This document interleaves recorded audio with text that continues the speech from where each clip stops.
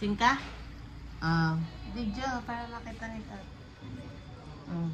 Nay, alam mo ba nangyari sa'yo? Na-stroke ka. Kasi lahi nyo, diba? Tsaka alam mo na, nagkakaedad. Huwag ka mag-alala, gagaling. Pagaling ka na nga eh. Kaya lang yung kanan mo, hindi mo pa magalaw. May kanang kamay ka dito, kanang paa. Pag kaya mo, igalaw-galaw mo. Ha?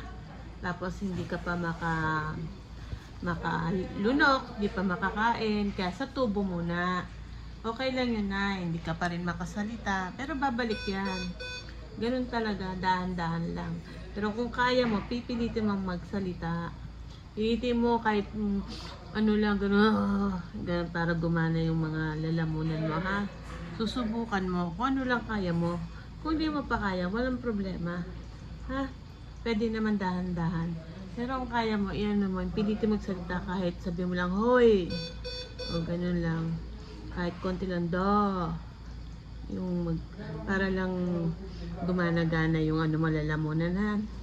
Tapos itetest ka naman kung pwede na tanggalin yung tubo mo kung kaya mo kumain. Alang dahan-dahan kasi delikado rin, nay.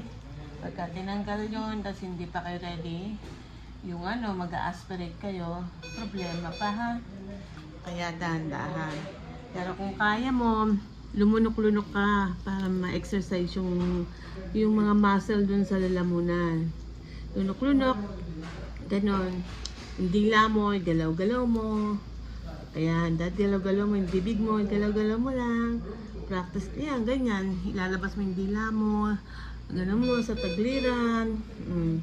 Kung anong pwede mong magawa para matulungan mo sarili mo, ha?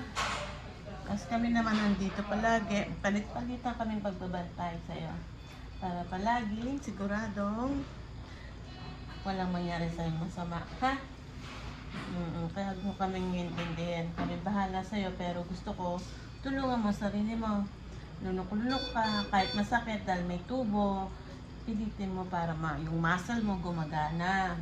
Yung dila mo ay gagalaw-galaw mo para hindi tumigas. Dila kang ganon. Tapos iano mo doon sa right, sa left, sa taas. Basta igalaw-galaw mo. Tapos yung kanan mo, kung kaya mo na, igalaw-galaw mo konti.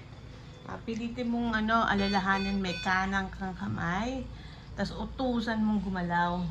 Utusan mong gumalaw yung kanan mo, ha?